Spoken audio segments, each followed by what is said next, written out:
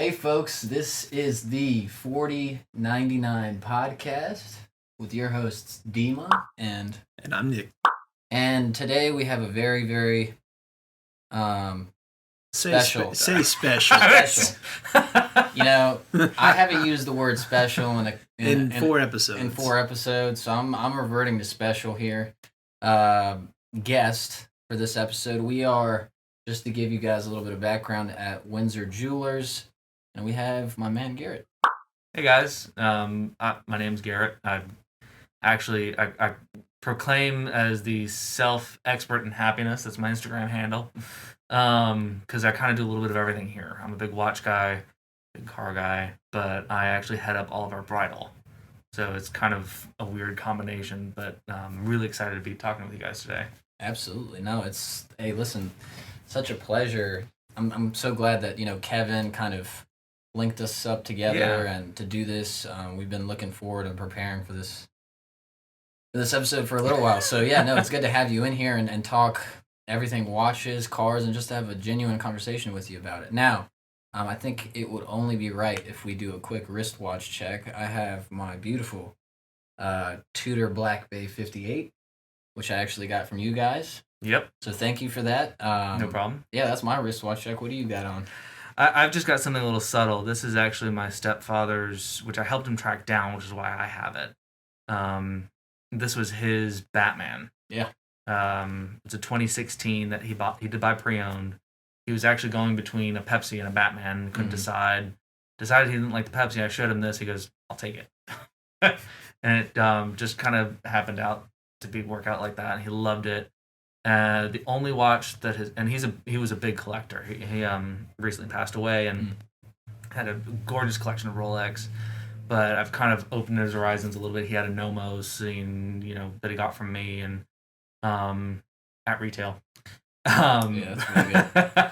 And then his most favorite, actually, the one that he died wearing, was the Grand Seiko Snowflake.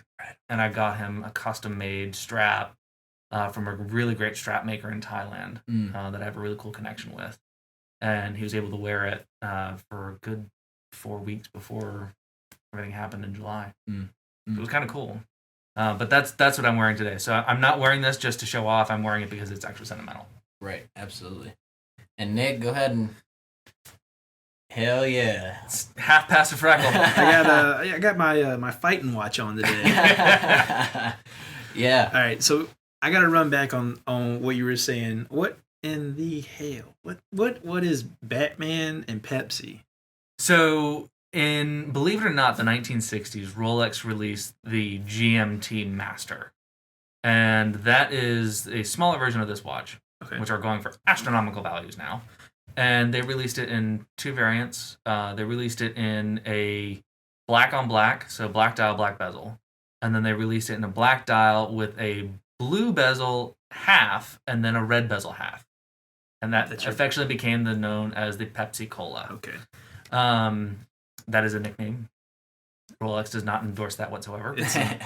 But they have just seen astronomical values on the pre-owned market. We actually had a really cool story of one coming in from the original owner. The guy that comes in, it's actually Kevin and me. We were at the register, and he said, I might have a watch you would like to buy. We look at him, yeah, sure. What do you have?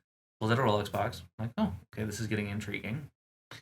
And he starts opening it up, and I see all the paperwork, the original box, the original receipt from when he bought it. He was a serviceman stationed at Okinawa, and the receipt was insane. He received a 10% discount. Wow. Right on. Right. And it was in 1970 and had been serviced once by Rolex, and that was it. He'd worn it and then never worn it, had never worn it since he got it back in 1990 from service. And he brought out the watch, and my eyes they were the size of saucers. And Kevin's over here like, shut up, walk away. Like, huh? My heart started pounding. It was just beautiful. Like, just in and of itself, it was just really cool to see a piece that was that vintage, that well maintained, that had everything with it. And so we ended up purchasing it and got it to a great client and collector. It's just one of those pieces that you just never get to see all that much. Yeah. With everything. Right.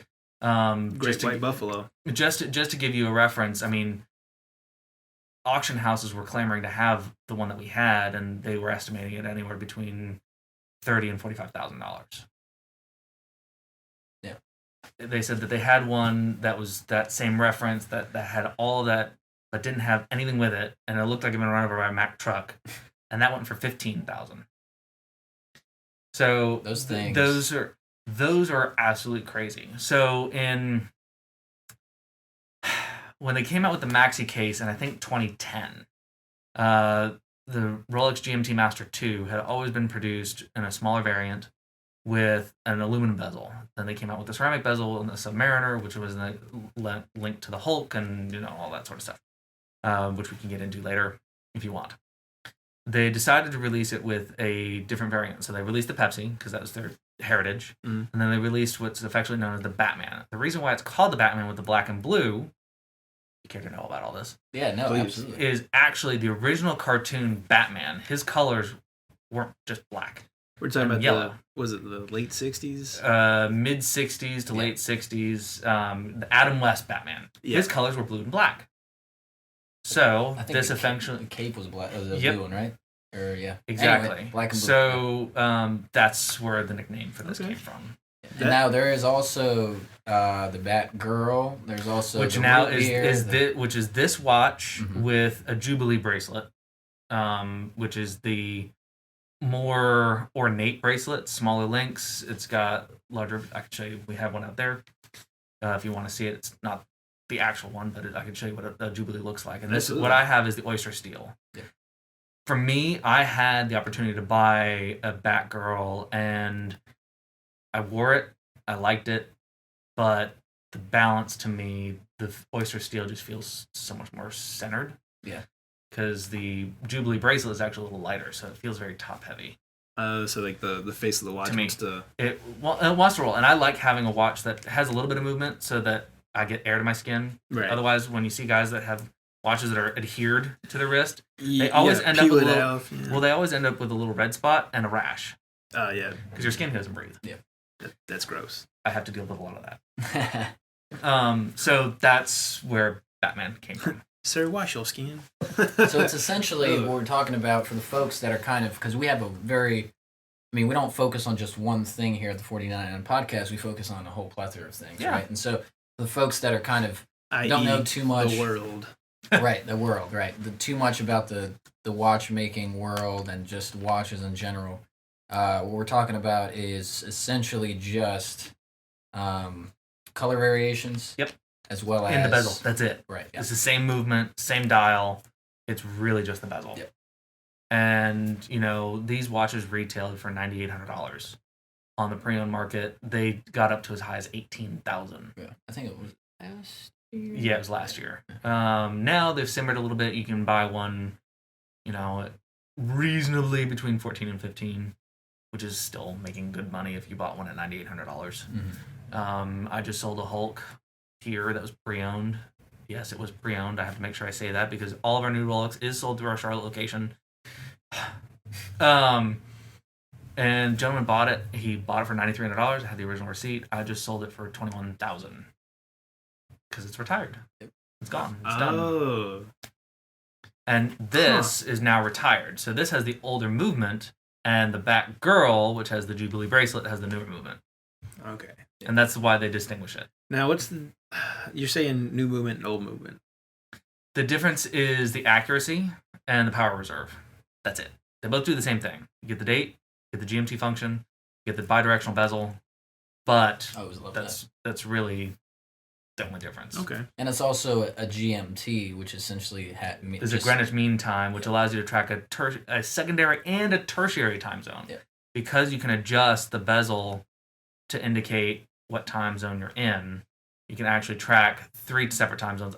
I will wholeheartedly admit, I don't know how, so I always set the local time to wherever I am, and I never track the home time. Yeah. Okay. So with a GMT, depending upon how it's set up, You can have a trailing GMT hand, which basically just moves in a concordance with your local time, which is the actual time when you see a 3-hand watch. That's your local time. And the GMT hand always usually indicates your home time.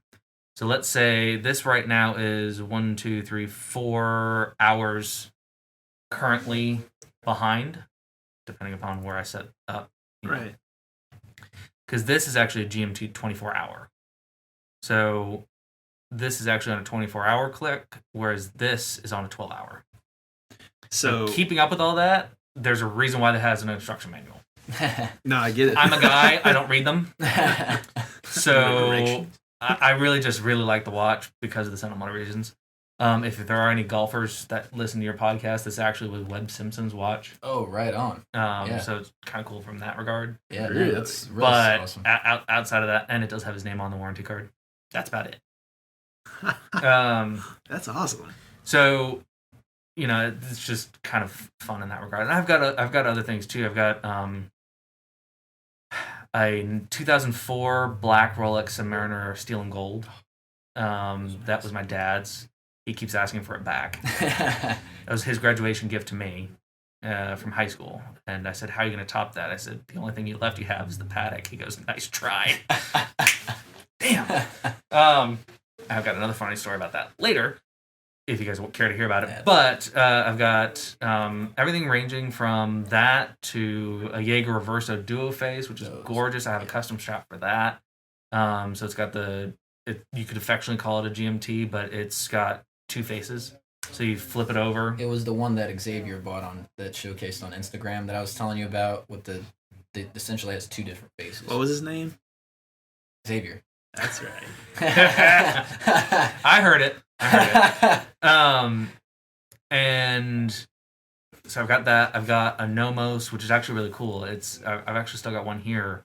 It's a Carolina Watch Club limited edition that we did 35 of. Oh, wow. So it's got Carolina Watch Club on the dial, on the case back, the insignia. Right, yeah. And it's the Pantone colors for North Carolina. And it's on the crown. It's actually got an imprint of North and South Carolina on it. That's sick. That's really cool. So it's a really cool watch, and I've got one here if you guys want to see it later. Absolutely. Yeah. I think we're talking a whole bunch of watches now. To give the listeners a little bit more context about you, sure, Garrett. I want to ask you, first of all, how'd you get into watches? Where in the timeline of Xavier did you start kind of getting into watches? Was it something that you talked a little bit about your father? Mm-hmm. Was it something that you kind of saw that your dad kind of had an interest in, or was it just more so of looking at other things, or like where did that interest come from? That really came from my dad and my stepdad. Both, as you've been hearing, big collectors. Mm. My dad's got a moderate collection at the moment. He actually just picked up a root beer from yours truly. I love these street names. Yeah. Well, the root beer is, we'll get back to that. The root beer is really cool. It's actually rose gold, steel and rose gold, like this, with the centerpiece as rose gold. And the bezel's rose gold, the crown's rose gold. The case is actually steel. And then the bezel is actually brown and black. With a gorgeous dial. Dark brown. Whatever. One of the two. Yeah. I don't sell no Rolex, so I've got that cop out. So he bought it from the Charlotte location. He was thrilled because he finally got a Rolex back in his collection. So that's kind of what was cool about that. But he's always been a watch guy, so he had one of these dinky little tool watches that he got up in Canada. I don't even remember the name of it. I thought it was the most badass watch on the face of the planet because on the dial, it had multiple dials. You had the time. Almost reminded me of Spy Kids, that movie with Danny Trejo, and he goes, I fit everything but the clock. It had a clock, but it was tiny. We couldn't get that in there. Right. You had the dial, but it was tiny. It had a compass, a thermometer, and it was just really, really cool. But it was all individual readouts, so it wasn't like it was all one. Yeah, and a digital thermometer, and an altimeter. So I don't remember the name of it. I don't know what happened to it. I didn't do it. But it was the coolest thing because I would always wear it. He had a fake Rolex Daytona that I wore, and wore that really until The Crown came out. And then I was like, gone. Well, this won't work. Right. anymore. I tried, but it was pointless. But it really started off with my dad. Then my stepdad was a big watch guy, and kind of as that relationship grew, so did his watch collecting. And he was a big car guy, and so we would always communicate with cars and watches, and it just blossomed. And then once it was actually really when I graduated college. I know this is a long story to a short question, but once I graduated college, I had moved back home. I graduated in 2014 from Indiana University, and I moved back home. I was looking for a job. I was out of a job for 2 months, and I saw Bloomingdale Century City was hiring, and they were looking for the watch department. I was like, cool, I know that. I'm kind of likable, so I went in. They hired me on the spot. Oh, hell. They said, but we want you to meet the jewelry department manager so that, you can... Sure. So I came back the next day. He was there. He goes, cool, when you can start? I said, oh, when would you like me to? Tomorrow. Okay. So I had a job, and I was commuting from Woodland Hills to Century City every single day, which, could take 45 minutes, or it could take 3 hours. Oh, God. One way. Oh, That's God. insane. So it really just grew there, and I kept getting promoted, and I was in the fine watch department, was doing really well. They made me Tag Heuer ambassador, so that was our highest brand at the moment at that store, was Tag, and I loved it, and I had my own tags, and I was given watches over time, and that kind of just helped grow my passion for it. And after about a year, just shy of a year, I moved to North Carolina for love. And from Los Angeles. I wouldn't change a thing, actually. A lot of people ask, what the hell am I doing here? And I'm like, well, I love it. And it just kept growing and growing and growing, and I had my own little collection, and I was given another tag, and so I had a couple watches. I had swatches, and The swatch. I had, actually, my swatch was pretty badass. It was the Tomorrow Never Dies James Bond swatch. Where did you And I get had that? It was when it came out, and it was actually really cool. They did a James Bond series, not the most recent one. They did one for each movie, not the collection. And this one was actually pretty cool because it actually flipped over. And I still have it. It's actually at my house. It's on a shitty strap, but it's awesome. It flips over, and you can actually remove the whole head, so it just comes out in your hand. And if you flip it over, it actually has the rifling from a barrel, just like in the opening credits. On the flip side, Yeah, that is. it's really cool. That's It's one of those really, really cool things that I just can't seem to get rid of. Don't, God, please. The first watch I was ever given was actually really funny. Being a car guy, we were talking about this. My dad had a Lexus LX in 1999, and when he bought that, they gave him a Lexus watch, long, simple, rubber strap, but it was a vintage steering wheel. How that worked, I don't know, but it was a Lexus insignia on the inside, and he gave me that, and I still have that watch. So that's I don't wear it. been a wild thing that I've noticed, not being, particularly a watch guy, is that like people will take like other objects and contribute parts of that to a watch, and I think that's like the coolest thing. Like they got like parts of the Titanic made into watches. Oh yeah. Yeah, parts of like If you the can make moon. money on it, anybody will do Yeah. anything they can to. You Yeah. got like certain like high-end cars that have been like chopped into We've got watches. We've got a watch here that actually has. It's called the Wright Flyer from Bremont, and it's a really, really cool watch, a limited edition. I think they made 500 of them, and it has a piece on the rotor. It's encased. It actually has a piece of the original Wright brothers wing What? on the rotor. That's insane. So, there are things that have Yeah. commemorative things like that. I mean, Frederic Constant does one with Mini Cooper and Runabout Boats, and each watch has, being a car guy again, I know about those too, but there are so many different variations and partnerships that are insane. Yeah, pretty sick.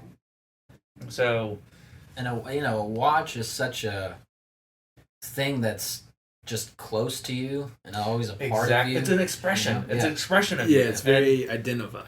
And that's part of what I've seen is a lot of guys are finally going to something that they like. I have countless clients that are buying pieces specifically because of an investment, and I'm like, it's only worth that at that point because you haven't sold it. It's not worth that when you do sell it. Yeah. So, yes, could you hoard watches all day long and say, well, my collection is worth X? Sure. Sell one, good luck getting another. Yeah. So, I've been trying to tell clients and steer them towards buying things that they like and will enjoy and wear. One client has finally understood this because he kept saying, well, I'm just going to go down to 3 watches. He's at 5 from 25. So he pared down quite a bit. Yeah, that's. But I was chuckling a little bit, but once you said 25. Yeah, and well, because he just it was kind of like, I don't know how explicit you guys get on here, but it was just anything. So it was kind of like a guy having sex for the first time. He just wants to have it all over. So basically, he just did that, and so his collection grew, and he was buying things that he liked. Well, then he wanted to get more specialized, so then he was buying higher end pieces and limited pieces, and then he got worried. I was like, if you make everything, if you try to buy all the special pieces, nothing in your collection is special, and you're scared as shit to wear it. Yeah. I said, so you really want to get something that you're actually going to enjoy, and that's what he started doing. He started paring down, getting rid of some of the special pieces. He's keeping some of the good ones, but some of the awesome ones actually. But he's getting more into things that he's actually can enjoy wearing. See, that's why I always just really, and my watch kind of love started about maybe 2 years ago, really. When I started really just getting into it, yeah, exactly. And so dude started coming over to the house with like magazines, talking about, bro, look at this one, bro, look at this. This is awesome. And I'm sitting here like I'm playing like Grand Theft Auto. I'm like, Hang on, I gotta steal this Banshee for a second. Yeah.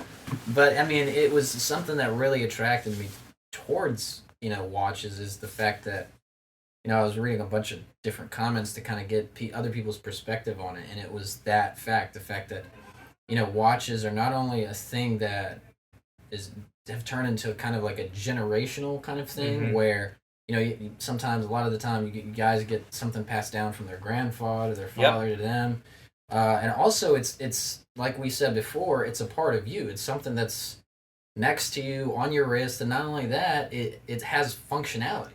It has functionality. You can buy watches like you were telling us before with thermometers on there and this and that, and even when it comes down to just a simple watch such as this or your GMT, like this is a Submariner, right? So it's like not a Submariner, but it's a dive piece. Yeah, dive piece is like it's. So I used to always think that the spindle action on it, the bezel, I always thought that was just for like diving stuff. You can actually use it for grilling. You could use it for cooking. You can use it for baking. The only thing it becomes an egg timer. Right, exactly. The only thing is it doesn't go off. So you really have to pay attention. Yeah, you gotta be attentive. But you could use it for the application. And when I tell it to guys, they're like, wow. Really? Like, it's like we just completely overlooked the obvious. Exactly.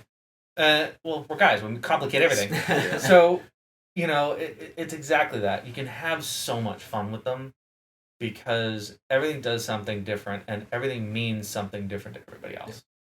So, I get a lot of these people, a lot of the clients that say, well, I was reading this and I'm like, it's not that. Just don't worry about it. Come in and see it for yourself. And they're like, wow, this doesn't do it justice. Yeah. Like, for me, so as I was going through, I've got 2 Rolex, a Jaeger, Seiko, Nomos, 3 tags. One of them is the new smartwatch, is the new connected, which is awesome. Yeah. What? Yeah. It's a really cool watch. It's a complete toy. It's a complete and utter toy, and I don't deny that whatsoever, but it was totally worth it. my next watch is going to be Grand Seiko. Yeah. And I, wholeheartedly, like I would love a couple Rolex, yes, but Grand Seiko is. I have actually asked many of my collectors who have everything under the sun, if you can keep one watch and get rid of everything else, what would it be? And a lot of them say Grand Seiko. Yeah.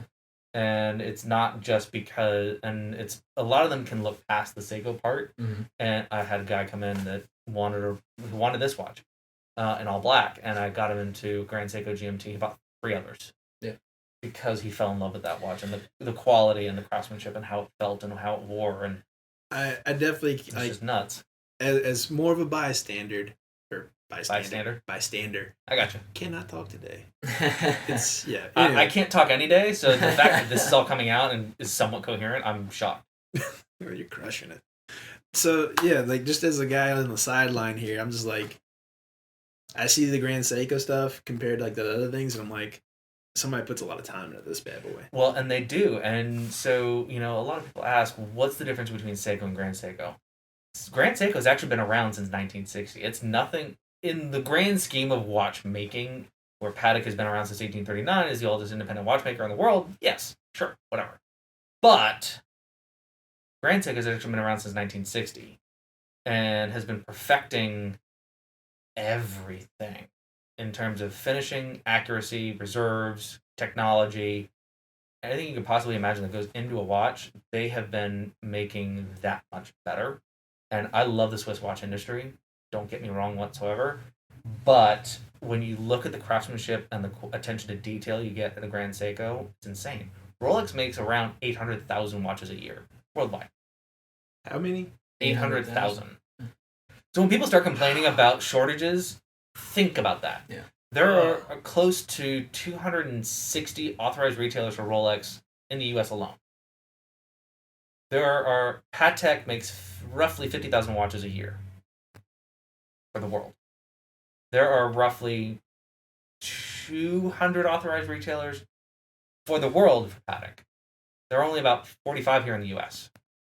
Wow. Grand Seiko is about the same number of watches produced as Patek, so about 50 to 60,000. All cased up by one person. All hand finished by one gentleman against a wheel who determines how to get that perfect mirror finish, the Zaratsu polishing.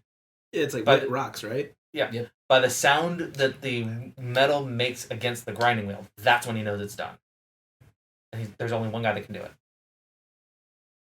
So, when you look at and this is all going back to differentiating Grand Seiko from Seiko, is you look beyond the name and you start getting into the quality and you start getting into the processes that have been bettered than that of the Swiss counterparts, and you're paying for top, like, haute horology quality. Horology being the study of time. Time, right.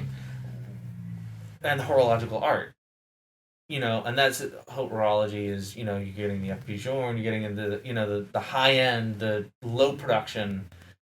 Everybody thinks that Patek, because they make 50,000 watches a year, is high production, whatever. The attention to details is still insane. You're getting that out of Grand Seiko, but you're paying like entry level to mid level Rolex pricing. You can get I have a Grand Seiko, and the SGX, the lowest model. I think it's Spring around drive? 2. No, quartz. Oh yeah. I know exactly what you're talking about. That one's for $2,000, a little over $2,000. That's you can get an entry level spring drive for $3,800. Yeah, and if folks don't know, I mean, we're talking about a watch that is astronomically. If it was any other company in the Swiss watchmaking world, you'd be that looking would cost at a $4,000 to $5,000 watch. Yeah, easily. And the wacky part of all of that is it feels just as good, and if not better. Right. Well, and the cool thing is, it's so unassuming. It's something that means something. And this gets back to the meaning for you. Yeah. Yes, it's not a Rolex, but I can guarantee you it will outperform it. Mm-hmm. They competed, and I always butcher the name, so please don't eviscerate me. But it's the Grand Prix Grand Prix de Horologie. I always want to over enunciate it. Horologie, and for accuracy. Mm-hmm. And they did this in the 60s all the way up through the 90s. And their spring drive and high beat movements actually won multiple years for accuracy. Which is why they were later. It was canceled, right? Yep, they stopped it because they said the Japanese are kicking our ass in our own game. Yeah, so we got to. Right. So they said, all right, you can't do it anymore. So they finally brought it back. They did it this year, and I think they did it last year too. But it was just incredible. So you have an incredible value. You have an incredible make. You have something that really, if you're just another watch guy, I mean, I went to Patek training last year. You guys are August. authorized by Pat. Yeah. Correct. Here and in Charlotte. And so I went to Pat. You have to go through several levels of training. And when I was sitting waiting for my flight, there was this businessman next to me, turned out to be a lawyer, and I just saw he was kind of doing this. He was on the phone, moving around, and I just saw Seiko GS, and I was like, "Get off the phone! I want to talk to you." And we talked, and he goes, "You know what this is?" I said, "Yes, this is what I do." He goes, I spent months trying to track down the perfect. It was a quartz piece, just something very simple. Yeah. But I was trying to find the perfect thin quartz watch that was reasonably priced, that was great quality. And he went to the Grand Seiko. So we talked for 45 minutes, and his flight came and whatever. But it's one of those things where if somebody knows, they know. Yeah. They know what it is. And yeah. It's a group, it's a family. And for the all folks, watch guys, yeah. For the folks that don't know, what I get out of it is the family aspect of it, right? And the closeness, community building, right? Kind of, exactly, because of the passion. And for the folks that don't know, so we have many different movements, right? But the quartz is actually what that means is run off of a quartz crystal. And Grand Seiko actually create their own quartz. They have a whole... To make it 99.9% pure, they grow their own quartz crystal so that it vibrates at an accurate frequency. Which is why, for a spring drive movement, they deem the average is -2 + 3 seconds a day. Mm-hmm. Which is ridiculous. Yeah. Now Rolex put out the -2 + 2, whatever. Kosk is -4 + 6. So... I'm sorry for cutting you off. That's a certified chronometer, yeah. Which is tested in several different temperatures, which is tested in several different degrees, which is tested in several different positions, and it has to maintain that level of accuracy to be deemed a certified chronometer. Well, Grand Seiko was like, cool, we're going to make it that much better. Right. We're going to make it that much better. So -2 + 3. So twice as good as Kosk. We're talking, within a year, I think it's only... And if we're talking about quartz, within 1 year... Well, quartz, you're talking about 15 seconds a year. Right, 50, yeah. So now, their high accuracy quartz, you're 5 seconds a year. 5 seconds, yeah. Which is the 5-star, right? Yep. And so... Exactly. Think about that. You put something on your wrist, you're not winding it, there's no movement of your arm that needs to... Anything, right? It's powered by a quartz crystal, and throughout the whole year, you do not touch the watch. The only time you touch the watch is when you put it on your hand. And to adjust the date if you need to. Right, adjust the date if you need to every so often months. And that thing is pretty much accurate on the dot. And within a year, plus or minus 15 seconds. Yep. So that's just it. That's practicality at its root. Well, and the spring drive utilizes the functionality of a quartz crystal and the energy transference mechanism from a quartz movement without the battery. Right. So you actually utilize a rotor just like an automatic timepiece, just like his and mine, whereas you move your wrist and it transfers the energy. So rather than using a traditional escapement, where you get the tick-tock, and you get a kind of a fluttering motion, it actually is a smooth, it is butter smooth. There's no flutter whatsoever. And because you reduce the amount of friction utilizing, I know I'm getting way too technical, but as you can tell, I love Grand Seiko. where you get out of the friction of the gearing, the smooth transference of that energy allows you to have a negative 2 plus 3 second variation for accuracy, a 70-hour power reserve, because you're still vibrating at about 28,800 vibrations per hour. Mm-hmm. And but guys have been timing that at 0. Yeah. Like flawless. Mm-hmm. Jesus Christ. So, and I'm talking about pieces that have complications. So even a piece with a GMT function, the 44.5 millimeter GMT, guys have been timing those out at 0 seconds a day. Which is like... Which, I'm all for being OCD, but if you're timing your watch out, you are really into this. And I have guys call me and tell me, hey, my watch is, just timed it out, and something's wrong. It's a couple of seconds, and I'm like, it's okay, that's still within spec. I had a guy call me and say, over the last 30 days, it's 30 seconds off. I'm like, you think about that as a second a day. Yeah. Give it a little slack. Yeah. It's a mechanical piece that has no microchip in it whatsoever. It's almost like saying, well, I bought a Model T, and it said that the top speed is 35 miles an hour. It's not. But I can only achieve 34. Give it a break. Yeah. It's over 100 years old, yeah. and it's all mechanical. Yeah. And it's got 3 separate pedals that I still have no idea how they even work, because you stop. Yeah. I don't even want to get into those. But so that to me is why I always say just buy what you like. If it happens to be an investment piece, awesome. Yeah. But that's where it's sad, because I've seen a lot of the collectors go to investment. Well, I want an investment. I want to make. I don't. It's not like you're buying it in the stock market. A lot of guys do, and it's really sad. But to each their own. I'm not downplaying that whatsoever. But it ruins the community. Right. It really, you're buying these as an investment to at some point in the future when you think that it might go back up or go higher, dump it.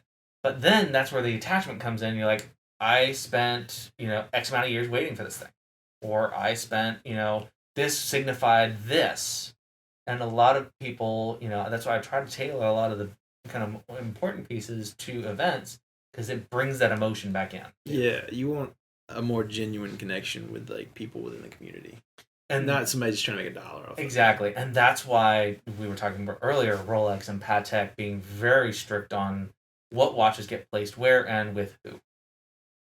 So that's why a lot of guys feel as though they're holding back. They're doing this. Well, when you divide 800,000 watches by, what did I say? Let's call it 400 to 500 authorized retailers. 2,000 watches a year. We're looking at that would be like Rolex? Yeah. Okay. That's 2,000 watches a year for that one location. That is encompassing everything. I'm talking ladies' pieces, steel, gold, rose, ever rose, all precious metal, diamond. I mean, you're steel. Right. So you're encompassing all of that. So then you divide that by half, and let's just say that half of those are steel. Well, then you get into ladies' date chests, ladies' steel, OPs. Yeah, OPs now, especially. So you got a majority of those. So then you have the Sky Dweller, then you have the Submariner, then you have the Sea Dweller, then you have... So you just keep going, and you realize that number shrinks ever so much. Yeah. Not only that, but this just became a logistic nightmare. Right. Ugh. So when guys are get mad and well, the gray market's doing all this, and yes, sadly there are some authorized retailers that are doing that. Not all of them are. Right. And we are extremely cautious in which we try to make sure that everybody gets a fair shake. Everybody's getting what we believe will go into the right hand. Right. So for all authorized retailers, I can just ask if they're with us, especially for the guys in Charlotte. Well, Patek, it's the same thing. They make 50,000 watches a year. 5% of those are stainless steel. Yeah, that's insane. Now, 90% of those are actually ladies' pieces. Really? The ladies 24. So I'm using average numbers here, so don't kill me if this doesn't Yeah, actually right. net out. But, over 200 authorized retailers, you can do your math in the head, 5,000 watches, is $2,500 watches a year are steel. For 200 retailers. Yeah, not a lot to go around. No. So, Jesus Christ. When you start boiling it down and guys actually slow down to think about it, it makes sense what's going on. And that's why things get a little crazy and hectic, and that's why you can buy a Nautilus at $39,000 and sell it right out the door for $90,000, which is why Patek is being very, very cautious. Definitely. So again, be patient with us. We're working. Yeah, you gotta think. These brands are really trying to protect their name in all of this, and not only their name, but who and what is associated with the name, right? And so it boils down to that, and then it also boils down to what you were talking about, is just like considering the whole spectrum of things, right? Be patient with the ADs. And that's all we ask, because I see, I'm on Horology Talk, I'm on Watches and More, and on Facebook, and I just see ADs do this, and I'm like, there are some, and I can't say that there aren't, but a majority of them really are just trying to, we are on your side, we're trying to get you the piece that you want, but we have our hands tied because, as I was saying before, if we sell something and it gets turned around and flipped and it's listed and all the details are listed with it, we lose our allocation, which actually it's a large slap on the wrist, and then it's okay. Yeah, pull the plug. So you can see why independents are very cautious. Yeah. And so we try to make sure that everybody gets a fair shake. We try to make sure that the pieces that we believe should go to this person really is going to someone who appreciates it and wants it as a part of their collection. And so we have to ask all these questions, all this information, and this and that, and it's annoying on our end, but also I don't want to be responsible for, I love Windsor. Rob is amazing. Ben's amazing. Kevin is a godsend when it comes to a GM, and I don't want to be responsible for that. Yeah. Well, speaking of Windsor, I can kind of a little bit shifted towards me, and this is not about me at all, but just speaking about my relationship with you guys. At Windsor, I was coming from, like I said, a very new guy to the game, right? I'm a nerd when it comes down to researching about things that I'm really passionate about. So I, started reading all the forums, and I started going through YouTube videos and stuff like that, just trying to figure out, the landscape of watches, and I kind of started looking at Seiko, really looking at Seiko. Obviously, there's so many cool pieces there. There are. Sorry, go ahead. Yeah, no. Seiko is phenomenal, and so that's how I entered the watch world. I bought myself a Seiko dive watch. Can't remember the reference number, but I got that, and I started looking at higher end pieces after I kind of stuck around with that for a little bit. And I got to Schiffman's. Okay. And I got to that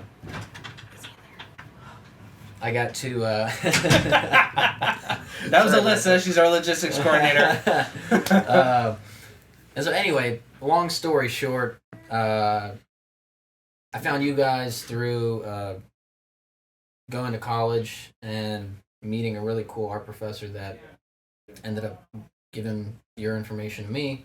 Oh, cool. I ended up visiting you guys, and my experience was only positive. Kevin, like you said, is just an amazing person. He kind of sat me down. My gold grail watch was the Tudor 58.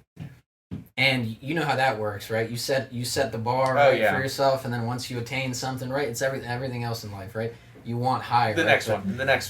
Yeah. Exactly. But no, phenomenal experience, and I really love the fact that you guys, when I was talking to Kevin, and I had the pleasure of talking to you a little bit as well, was And what this whole interview is really encompassing is the fact that it's not about the money. It's not about the brand, right? It's more about the community. It's more about the love you have for the piece. And yeah, that's what it's about. It's never about, It's never about never about the dollars you spend. It's always it's the passion. And we were talking about this. The Carolina Watch Club has a great reach. It's been around for about almost 4 years.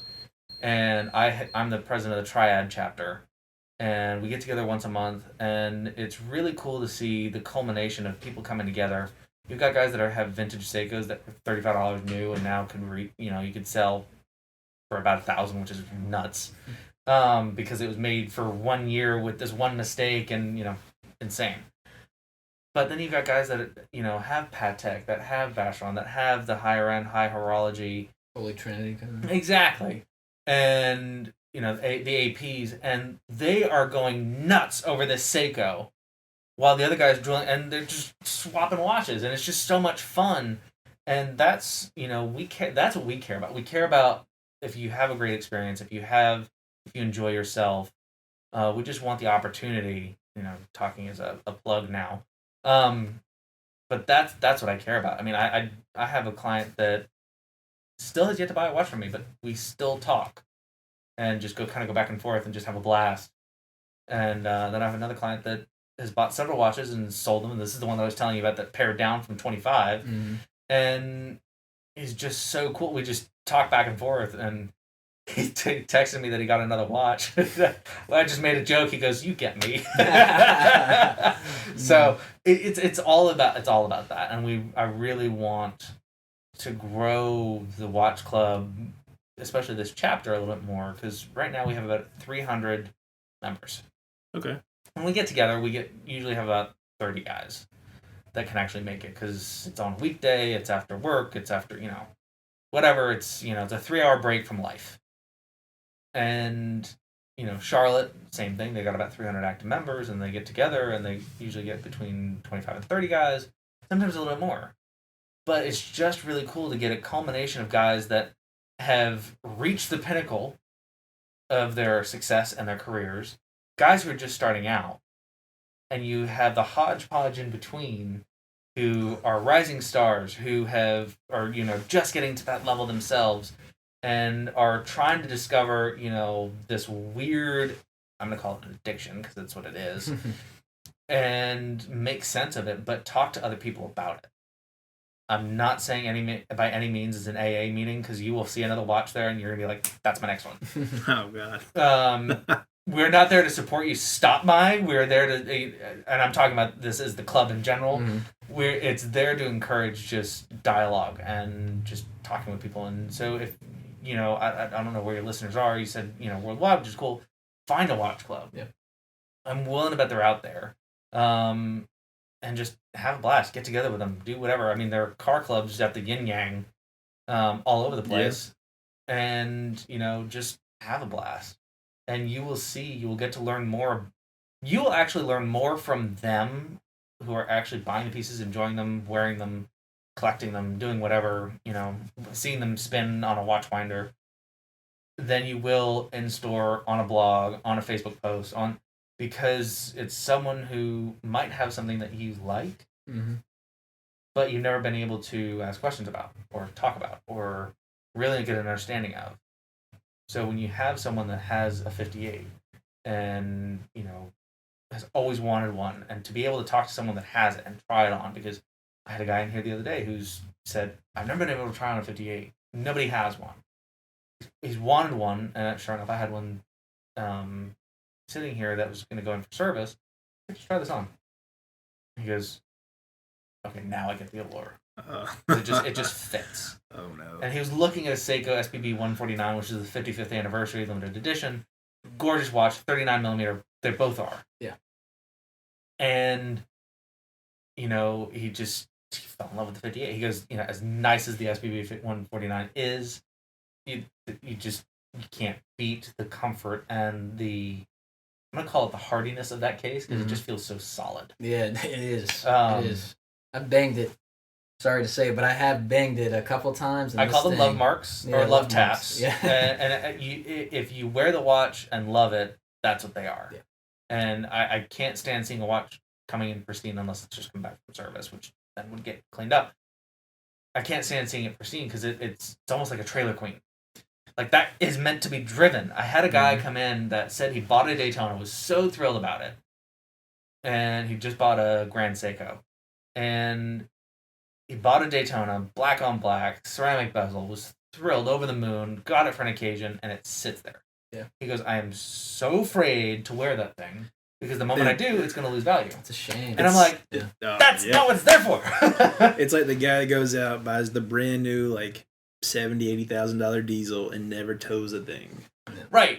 Like, well, I mean, we can get into Range Rovers all day long, but yeah. So it's the same thing. It's meant to go off road. I'm just trying to go to the grocery store. Yeah. You know? Now, I do want to ask you if this is more like a kind of a fun thing, right? Okay. Hopefully, this whole interview has been fun for you. But top 5 watches right now, what would they be? I was gonna do that. Go ahead, ask him. Ask him. Re-ask him. You done asked him. I'm not double asking. Top 5, like, attainable, or like what my running list is? Give us 3 attainables and then 2 golden apples. So 3, I absolutely love, and you can make fun of me all day long for this, is the turquoise 41mm Oyster Perpetual. That thing is just such a cool watch. I've thought of several different custom straps for that already. They're so versatile.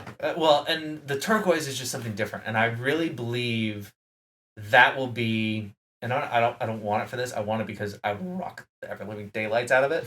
You can tell my wardrobe is a little fun. I actually have a suit that's perfect for it. The gears are already turned. Right. Oh, it's bad. It's really. I'm a clothing guy too. I would just love it, and because it's just something so different, and I have a black dial watch, I have a blue dial watch, something to kind of do a little different. That to me would be an awesome attainable, and it's $5,000. Cool. It's a sport piece, so I can wear it all the time. I can do whatever I want. Compared to everything we've been talking about, that's a drop in the bucket. Nothing, right? Yeah. Oh, just wait. So the next one, of course, and this is in no particular order, but I'm just kind of pulling what comes to mind. The next one for me would be Grand Seiko, and it would have to be a spring drive. They released the new Shadow Bamboo and the Light Bamboo. Yeah, those are nice. Which are really cool. Stainless steel, spring drive, date. And I love the Shadow Bamboo because I love the dial. It actually looks mirrored the way they finished it, but it's striated. It's really freaking cool.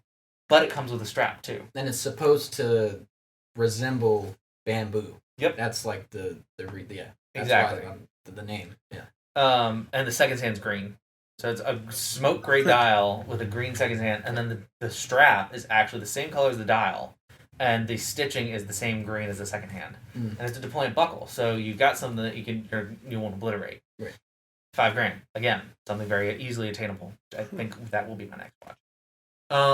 I do, for the heck of it, want a Panerai.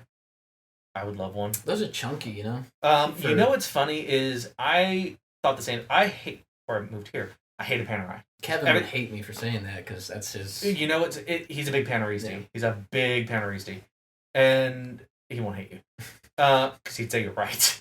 But I hated him when I first moved here, and then I learned a lot from Kevin. I understood the brand, I understood the history, and I got an appreciation for it. And then I was able to differentiate each piece. Like, okay, now I get it.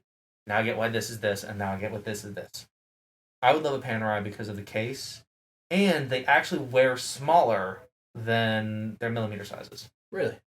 Yes. Huh. So it's a lot like, because they have a 47, a 45, a 44, a 42, and a 38. And the 44 wears like a 42, the 42 wears like a 38, the 38 wears like a 36. That's awesome. So it's probably because it makes me feel like that because of the thing over the crown. Yeah, the crown protector, the crown lock. And what's funny is you actually don't feel it. There's no jamming on the hand, and you don't get wrist fatigue if you get it on the bracelet. it's extremely comfortable, and it's just a really cool watch. I like the tonneau case. I like that kind of pillow shape. It's just different. So that would be, number 3 of, the attainables. And then the one that I want is like $9,800. So again, you're under 10,000. Yeah. Great value, in-house movement, sapphire crystal. You can do an exposition case back or not. They do a really cool submersible, but I've already got a diver. I don't need another one. Yeah. So now my 2 out there's is a Patek 5205G, which is a annual calendar, which means you'll have to correct it once a year if it's completely wound all the time. We'll have pictures up right here for the right, folks. Right over my face. Yeah. So you can see what I'm talking about. It is a beautiful blue dial. It comes on a black strap, but you can actually get a blue alligator, which is stunning. The gentleman I was talking about earlier has one. It's my baby. It's an actual alligator? It's an alligator strap. Yeah. Oh, yeah. Okay. It's alligator leather. How they get it blue? It dye. Okay. Fancy gator. But it's just absolutely gorgeous. Very simple, clean, white gold, and you could it's the perfect any day dress watch. You think dressy, but you can wear it with jeans and a t-shirt, and it feels so good. Kind of reminds me of that vibe. Kind of reminds me of I really want a Cartier, and so the solo tank. Yep. So yeah, sorry, I had to throw that out there. No, you're good. I totally get it. Now, would you do the Tank XL? No. Okay. Demon, this is his list. Okay. Respect that. So that would be, that I lust after that watch. I think that is just absolutely beautiful. I've seen one, and yeah, they are really nice. We had one. We actually have a rose gold one here. That is just as beautiful. The 5905 is cool. It's the chronograph version, which is also a flyback, which is pretty cool. Everybody would assume that I would go to it probably a Nautilus. I don't like anything AP. I don't like the Royal Oak. I think it's too hardy. I know, big shocker. And I'm not biased towards Patek. I'm not they don't do anything for me. Right. If I'm gonna go for a sport piece, I'm gonna do it on that kind of more attainable end. As much as I really like the 5168G blue from Patek, I think it's a beautiful watch, but there's no way I would use that as a sports watch whatsoever. Yeah. 5167 is also really cool. It's slightly smaller and stainless. But I have to say my next watch that I would get would probably be that is the kind of the golden, right?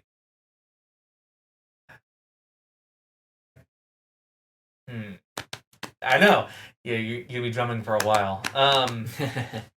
See, working here is like being a drug addict that works in a crack den, because everything you see coming, you're like, oh, I like that. Oh, I like that. Oh, I like that. It actually my brother got one of my stepdad's watches, and he actually got a really cool one because of the story behind it. It's a rose gold launch edition Sky Dweller. Oh, wow. On the brown alligator strap, and it's just beautiful. Chocolate dial with Arabic numerals, and he got it at Geary's in Century City. A Sky Dweller with Arabic numerals. Mm-hmm. It's the launch edition, so that's why. And he never wore it.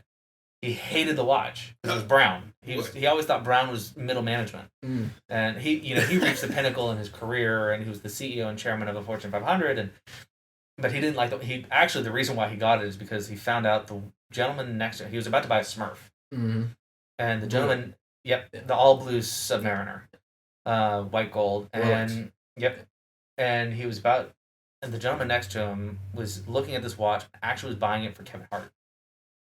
What? And saw that watch, and he goes, I'll take it. And so, but he loves saying that he bought it out from under Kevin Hart, which is hard to do because he's short. So, oh man, he loves the watch, but my brother, he wanted me to get engraved to commemorate it, and he did, and the engraving my brother helped with, so that's the reason why he got that. I think my other, golden, at some point out there, as much as I love the 5205, I always think just a simple Calatrava 5119. That's a classic. With the enamel dial, the hobnail bezel is just, or the 5227 even. 5119 just got retired, but the 5227 in G or J, which is the yellow, I think are just so cool. And to have the officer's case on 5227, be able to engrave the inside, I'll show you that later if you want. Yeah, please. Is just something extraordinary. I don't need anything complicated like a world timer. I don't need anything complicated. I've got a GMT. I love Tudor GMT as like an accessible watch. I love the 58 in either the navy or the black. Yep. The new navy. Yep. And but those to me, those are the peripheral. Like maybe at some point if I get one, that's great. But the ones that I've listed, the 5, those are the ones that I have on top of my mind. Another one that actually, until I got this, was going to be my baby, was going to be the really cool SBGE 248 from Grand Seiko. Mm. Have you seen that one? I have not, no. So this watch is a 44.5 millimeter GMT spring drive, but I had to fight tooth and nail with Grand Seiko to get this. And it's actually, it's so much so that I love it so much that it's actually the background on my computer. Oh, right on. Yeah. It's like that level of shrine. And it's so cool. It's about 11,500 and blue dial, blue bezel, and it's a yellow gold bezel with yellow gold crown, all stainless, and then just a little gold accent. So you get that kind of steel and gold look, but it's a very sporty watch and a 200 meter resistancy. Yeah, that's great. It's one of the most beautiful blue dials I've ever seen. It's just a simple sunray effect. It's just stunning. That would be another one. But now that I have this, I gotta find something else. Yeah. Yeah, man. I mean, like I said, the passion continues growing, and the list always changes. List always changes. But yeah, we're running up on an hour. I mean, this has been an absolute pleasure for me. I'm sure. Likewise, guys. Thank you so much. I've gained a lot more insight on watches yet again. Yeah. It's a roller coaster. It's a lot. It's as I said, it's an addiction, and it's a very quick, slippery slope, and you start picking up steam a lot faster than you think, because you get one thing, you start reading about another, and you're like, oh. As guys, we're like, oh, squirrel. Like it's the next thing. Mm-hmm. Yeah. And the cool thing about this hobby is that women love it too. Mm-hmm. We got a lot of lady collectors that I love this, I love that, I got this, I got that, and you would never assume it because you don't want to do that. Right. But it's just a lot of fun because it's it crosses a lot of genders. Yeah. All the genders, but say the two main ones, men and women, and so it's just kind of cool in that regard. Absolutely. It's a lot of fun. Yeah. This has been a blast. This has been a crazy ride. This has been a blast. Any other things that you want to pop in there? We really, really appreciate you taking time out of your schedule to do this with us. Kind of give us insight into your own life a little bit, your passion for and with watches. Definitely before we shut it down though, let her know where they can reach out to you. The Watch Club. So the Carolina Watch Club does have its own Instagram and Facebook page. It's Carolina Watch Club. I think you have to request to join. I can invite people for meetings here in the Triad. Reach out to me, Garrett, Garrett at Windsor-Jewelers.com. And I'd love to meet you in person because I'd like to know each person that's coming. That way I can vouch for the security of pieces. And then I'm here in our Winston location. I do help Charlotte on occasion. That's the reason why I know some of what's going on. If you do want a new Rolex, please reach out to Charlotte. Don't reach out to me. I can't help you. Patek, happy to help on anything I can within reason. But here, I mean, we've actually got the largest selection of watches, I would say, in North Carolina. Yeah, it's insane. let's leave Charlotte out of it for a second. Here we have Tissot, Seiko Lux, Seiko LX, which there are only 5 retailers in the United States that carry that. Damn. Hamilton, Bell & Ross, Longines, Nomos. I forgot I have a Nomos. Tudor, Tag, Grand Seiko. We've got Patek. We've got Breitling. We've got Hermes. We've got Panerai, and then a whole boatload of pre-owned that aren't even listed on the Windsor Time website. Omega, yeah. Well, we have a pre-owned Omega, but we don't carry new. Oh, okay. And then in Charlotte, we have Jaeger, IWC, and then they take care of all of our new Rolex. So any new Rolex inquiries, again, I will re-emphasize this because I don't want to get yelled at, have to go through Charlotte. But they also carry Patek, Panerai, and all sorts of other fun things. 15 plus brands. And Norcane, too, which was actually a really cool brand. It was founded by the former CEO of Breitling's son. Oh, wow. So a lot of rich watch history there, but really cool, adventurous pieces, but very sleek looking. Isn't Breitling like associated with like some sort of like aerospace technology stuff or like flight? Yeah, that sounded good. Yes, they are. They actually started off as an aeronautic. So Breitling supplied accuracy pieces to the RAF, the Royal Air Force, during World War II. And they were responsible for timekeeping missions and bombing raids. So they actually released a really cool limited edition that was, I kid you not, huge. Well, that's because they're aviation pieces, right? Right, it was an aviation. You have to have something. So it actually was a piece that bombers, when they were timing the raids, would strap to their leg, and they would watch the timer go around, and then they would know when to drop the next bomb. So they released a reissue of that, slightly smaller scale, for a wrist, and it was made out of titanium. It was super cool. Green dial that had that really cool British racing green sort and of they're vibe. also, important to mention, on the right side of the battlefield as opposed to the wrong side of the battlefield. They were an ally, yes. Yeah. yes. Yeah. So, it's just kind of cool that, yes, they do have that. They have several squads, professional squad, aeronautic squad, but, yeah. But they've got 3 divisions. So they've got air, land, and sea. Okay. So air, you've got your Navitimers. So you actually got... You would love the sea pieces, because he's Super Persian Heritage. Navy, so. Super Persian Heritages are really cool. The Super Persian Heritage 2s are awesome. Great dive pieces, really accessible. On a strap, it's like $4,600. And what's cool about those, the Super Persian Heritage 2s, they actually have the Tudor movement. Yeah. We can get into all that. Mm-hmm. So they have a Tudor Rolex movement, but because when Tudor was developing their Black Bay chronograph, they didn't want to put all that money into R&D because it would have been a couple billion to put into R&D to develop a chronograph movement. So they went to Breitling and said, hey, your B01 is insane. Hey, please help.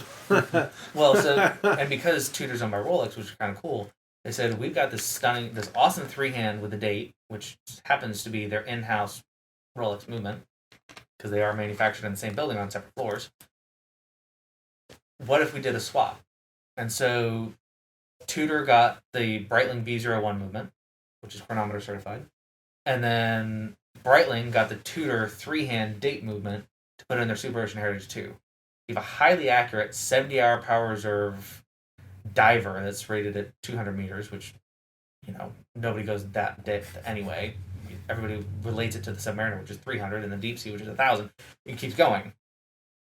Or the Sea Dweller, which is 1,000. James Cameron. Ever want to be 1,000. Right. The watch would outlast you. Yeah. Far before you ever reach that depth. Yeah. So it's just kind of cool. You have these companies that kind of work together, and even in 1969, Tag Heuer, Breitling, Hamilton, and I think Longines all worked together on what was called Project 99.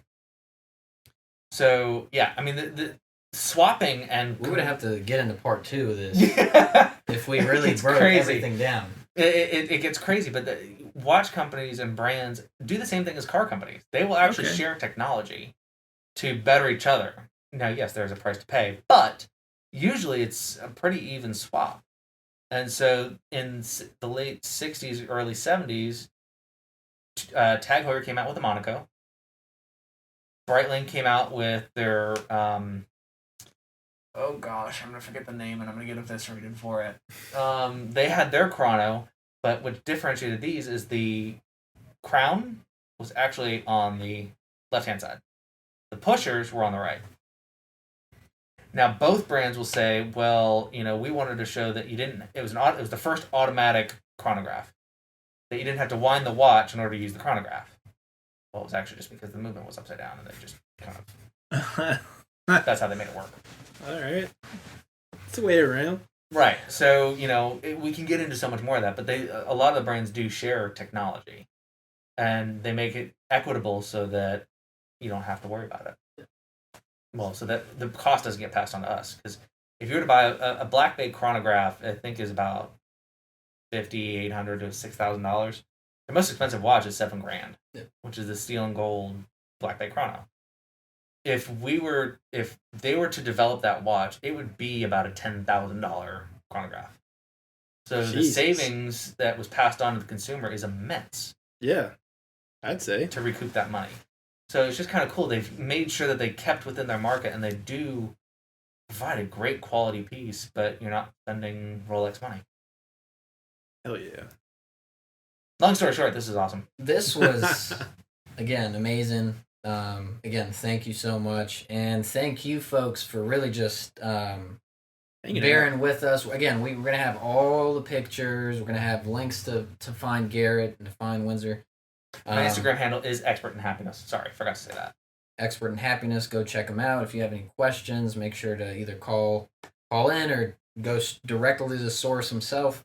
And this has been another amazing episode at the 49 Podcast with your hosts Dima and Nick. We are signing out. Thank you. Thanks, guys. Thank you.